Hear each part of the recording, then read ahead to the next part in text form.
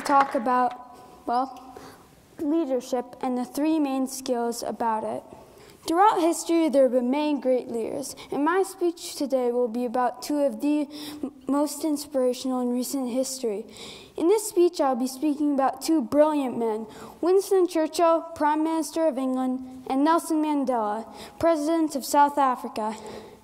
What separates these men from our leaders? What makes them some of the greatest and most inspirational in our recent history? What is it that unites them, the thing that they both have in common? The answer is found in three simple characteristics: determination, cooperation, and persuasion. Let's start with Winston Churchill, who was Prime Minister of England from 1940 to 1945, and again for 4 years in the early 1950s. He was possibly the greatest man of the last 100 years. So how did he become so great? I will say it again: determination, cooperation, and persuasion. Churchill was a living example of this brand of leadership. His speeches inspired millions of people around the world. He persuaded the United States to help Britain defeat Nazi Germany during World War II, and he warned the country of Hitler's threat, and ultimately united his country, as well as most of Europe during the war. And that wasn't the only time. Throughout his career, Winston Churchill had to try hard to make himself heard. He had to try many times, and he failed many times, but he refused to give up until he had the attention of the country. He was so determined that even when all odds were against him, he carried on. His determination eventually led to the victory of Britain over Nazi Germany and Hitler in World War II. To quote Winston Churchill himself in the simple but nonetheless inspirational phrase, "Never, never, never give up." Of course, Churchill had to be very persuasive to unite all of Britain. Fortunately, it's just what he was. In spite of a childhood speech impediment, his speeches were practically legend. He was usually fair and always convincing. However, in addition to his persuasive skills, he was often willing to compromise and negotiate. When he could not persuade his opponents, he would often compromise. He made many peace treaties, agreements, and deals, both within England and in other countries. In his own words, to improve is to change. To be perfect is to change often. So what was it that made Winston Churchill a great leader?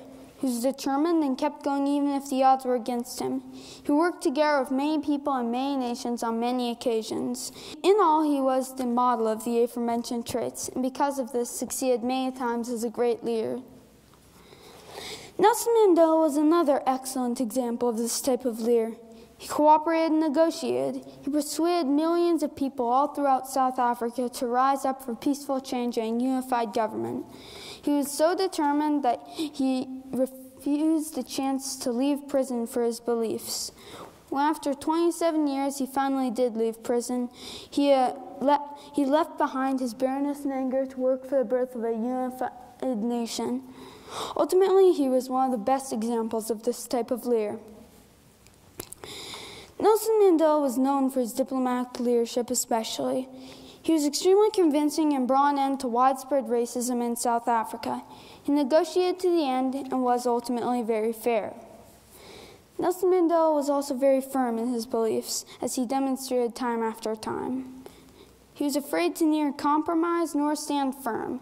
He held excessive meetings and conferences to make sure he got what was right for his people, eventually leading to a new way of life for those in South Africa. He never backed down on his core values and ideals, even when faced with the worst of circumstances.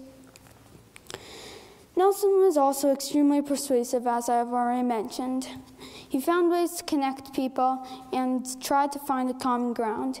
In one shining example of this, Nelson Mandela brought about national reconciliation by persuading black South Africans to get behind a previously hated national rugby team, as Africa hosted the 1995 soccer tournament.